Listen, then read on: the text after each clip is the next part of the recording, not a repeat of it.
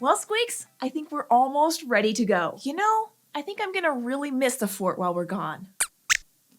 Oh, that's a great idea, Squeaks. If we get homesick, we could always watch our favorite episodes of SciShow Kids and we'll feel like we're right back at home. What was one of your favorite episodes, Squeaks?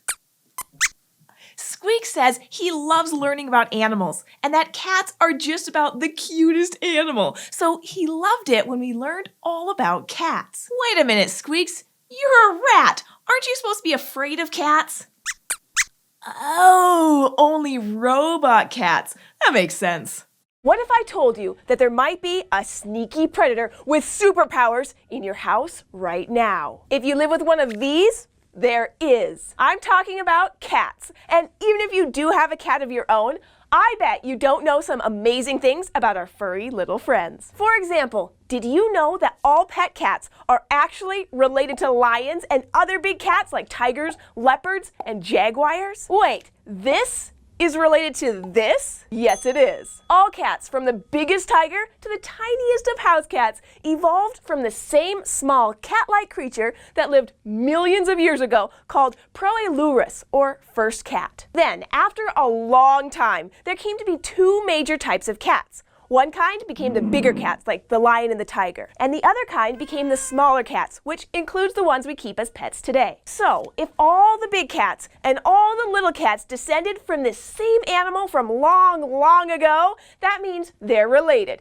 even if it is only distantly. That's one big furry family. Now, another cool thing about cats, they have excellent hearing. Lots of animals, including dogs, have better hearing than we do, but cats can hear better than both humans and dogs. Even if your cat just looks like it's curled up enjoying a relaxing nap, it's still extremely aware of its surroundings. Their little ears are super sensitive and they're always listening. Your cat can hear everything that's going on around it, from the sound of you listening to music in your bedroom all the way up the stairs to the sound of birds chirping outside in your neighbor's yard. In fact, cats can hear things up to 4 times further away than you or I can. And not only can they hear things from far away, they can figure out exactly where those faraway sounds are coming from. So, if your cat's snoozing in the basement and you open the kitchen cupboard where you keep their favorite treats, they'll probably come running. But if you open another cabinet in a different part of the kitchen, they'll probably be able to tell the difference and just keep snoozing. Thousands of years ago, cats needed this super sense of hearing to help them track down food and to escape predators in the wild. Today, now that they live among humans who help provide for them, they don't need it quite as much. But it's always good to know when that treat cupboard opens. And lastly, our third cool thing about cats, they rule. Well, sort of. Some ancient cultures, like people who lived in Egypt thousands of years ago, treated cats like royalty, almost as if they were kings and queens. Early Egyptians were thought to have had problems with rats in their homes. In order to get rid of the rats, they brought in cats to hunt them. And the people liked the cats so much that they kept them and treated them extremely well. Ancient Egyptians even mummified the animals for their journey to the afterlife, just like they did with their human rulers. So, sorry dogs, in ancient Egypt at least, cats ran the show. What's my favorite episode? Well, I always liked it when we would learn more about ourselves, like how our bodies work. Remember when we learned why we shiver, Squeaks? Or why haircuts don't hurt? Or why we get mad or scared? But I think my favorite thing to learn was how our eyes see color. Today is a really special day for me and Squeaks. We're eating our favorite colors. Squeaks really loves the color red, and my favorite is green. So we had some green broccoli for dinner, and check out our dessert. Don't worry, Squeaks, we'll eat it soon, but take a look at it first. When you see a shiny red apple, the red you see is just how your brain understands the light bouncing off it. Your brain gets information about colors from a place in the back of your eye called the retina. The retina has 2 kinds of parts inside it that help you see. Rods, which are mostly for seeing when it's dark, and cones, which see color. When the light in a room shines on the apple, some of it bounces toward your eyes. And then the millions of cones in your retina get to work. There are 3 types of cones. Some cones that look for reddish colors, some that look for greenish colors, and some that look for bluish colors. When you look at a red apple, it makes the cones that like red get excited. Exactly! When the cones get excited, they send a message to your brain. kind of like a secret code. The code from your cone says, these are the colors I saw. Most humans can see all of the colors in a rainbow pretty easily, using all 3 types of cones. But not everyone has 3 types of cones to work with. Some people are what we call colorblind. That doesn't mean they're blind, and it usually doesn't mean that they don't see colors at all either. It just means that instead of 3 kinds of cones, only 2 kinds work properly. People who are red-green colorblind have a problem with some of their cones, either with the ones that look for red or the ones that look for green. So to them, red and green don't look as bright as they do to the rest of us. Both colors look kind of dull and kind of similar to each other. So red-green colorblind people have trouble telling red and green apart. The other main type of colorblindness is called blue-yellow colorblindness, which means someone has trouble telling apart, you guessed it, blue and yellow, because they have a problem with their blue cone. Other types of animals can have different numbers or types of cones. Dogs, for example, only have 2 kinds of cones in the first place, so they see the world a little bit like some people with red-green colorblindness do. Red and green probably look more like shades of blue and yellow and gray to them. So if you're buying a dog toy, your dog will probably have the most fun with a bright yellow or blue ball. A red ball won't look so great to a dog. But what if you had more than 3 types of cones? A few lucky people see the world through 4. We can't imagine what the world looks like to them, but I'll bet it's pretty exciting. And for some animals, it gets even more exciting than that. For example, a flower that just looks plain yellow to you might look totally different to a bee. Bees have 3 kinds of cones to see color, just like us. But instead of seeing red, green, and blue, their cones look for green, blue, and something called ultraviolet light. That's a type of light that's invisible to us, but it is there, and bees can see it. It's kind of like a trade. We can't see ultraviolet, but we can see red. And bees can't see red, but they can see ultraviolet. And to get bees to land on them, some flowers have not only the pretty colors that we see, but other patterns too, painted in ultraviolet light that bees can see and we can't. To a bee, some flowers that look plain yellow to us actually look like a big bullseye. Some animals can see even more. A type of animal that lives in the ocean called a mantis shrimp can have not 3, not 4, but 12 or even 16 different kinds of cones. A few of these cones are just for seeing ultraviolet light. We're still learning what the world looks like to them, but if it looks this colorful to us with our 3 kinds of cones, just imagine what the mantis shrimp sees when they look at it. I also love it when our friends stop by to teach us things. You can learn a lot from your friends because they see the world in a totally different way. Bill and Webb taught us about how things float. Sam the Bat taught us about constellations. And do you remember how excited Dino was to tell us that birds and dinosaurs were related?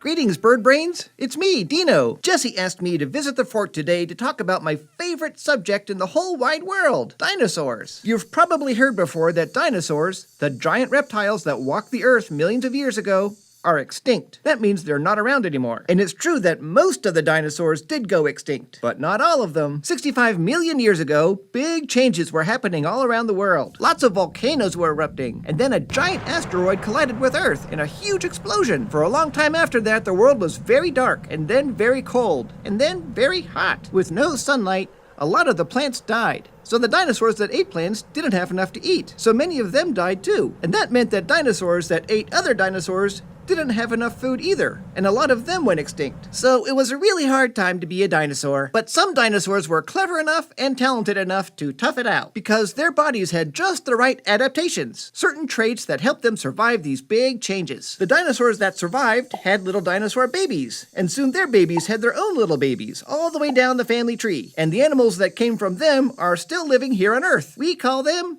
birds. That means that birds like me, Dino, are descendants of dinosaurs, and dinosaurs are my ancestors, like my great-great-great-great-great-great-great-great-grandparents. So I'm part of the dinosaur family tree, and since birds are part of the dinosaur family, I'm not just a descendant of a dinosaur, I am one. So the dinosaurs live. Now, how do we know that birds are related to dinosaurs? Well, we have lots of clues, specifically from theropods, a group of two-legged dinosaurs that also included velociraptors and Tyrannosaurus rex. Hundreds of millions of years ago, way before the earliest birds appeared, dinosaurs were developing lots of bird-like adaptations. Theropod dinosaurs especially started to have a lot of bird-like traits that would later help birds take to the skies. Like feathers! Lots of dinosaurs, even dinosaurs that didn't become birds, had feathers. Some of these feathers were more like little hairs, which probably helped dinosaurs keep warm. But some types of theropods wound up with bigger, fancier feathers, and even wings. Before they were birds,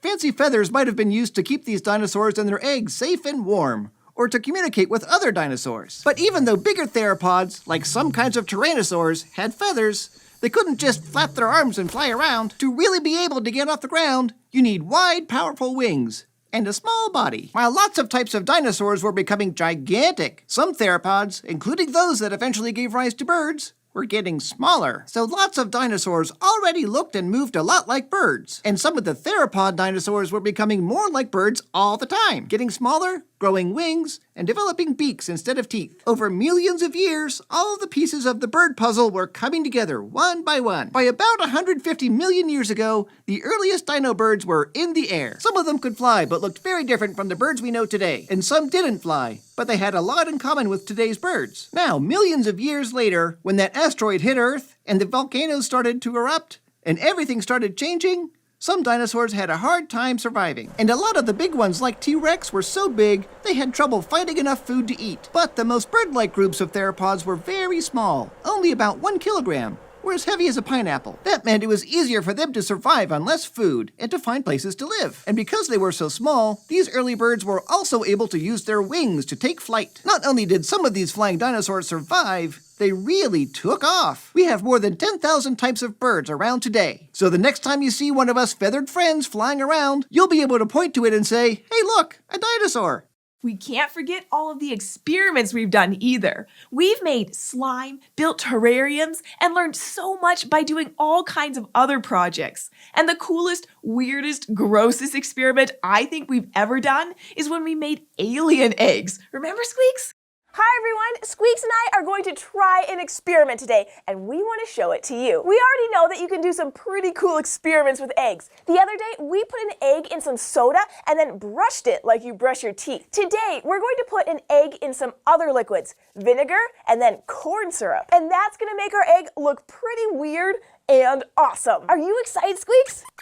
Me too! There are a few things that you'll need for this experiment. Grab an egg, some vinegar, 2 cups, and corn syrup. This experiment also takes time. You'll need 3 days to finish it. And before you start, make sure that you're doing your experiment where it's okay to make a mess and where you can safely leave your egg for a few days. The first thing you should do is place the egg in a cup.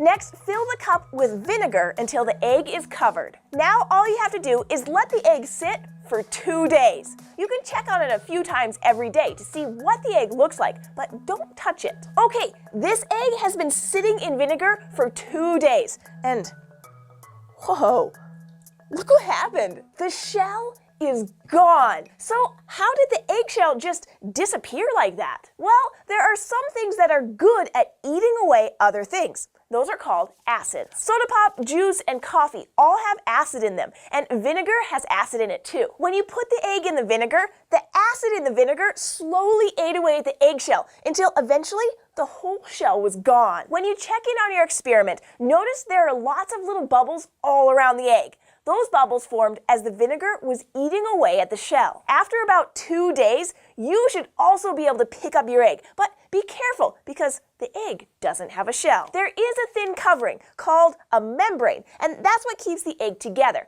even without the shell. But you can see right through the membrane to the egg's insides. Can you see anything else that looks different about this egg? That's right, the egg also looks bigger than it did before. That's because some of the water in the vinegar flowed through the membrane into the egg. See, vinegar is really watery, but eggs aren't as watery, so some water moved from the vinegar to the egg to help make them more equal. And that made the egg bigger. Now, what do you think will happen when we put the egg into corn syrup? Corn syrup is really thick and sugary, so do you think more water will move into the egg, or will water flow out of the egg and into the corn syrup? Let's find out. Okay, fill your other cup with corn syrup and very carefully place the egg inside.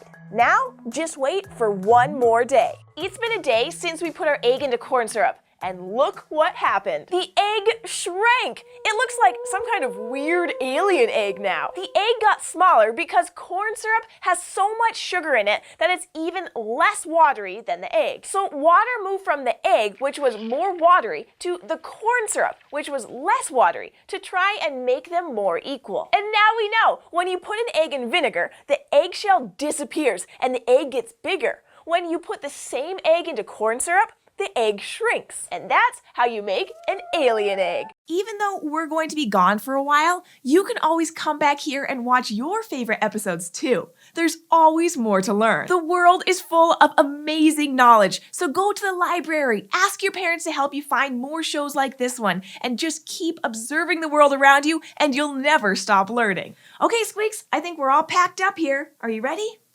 Thank you all so much for hanging out with Squeaks and me at the fort. We couldn't have done it without you. See you soon.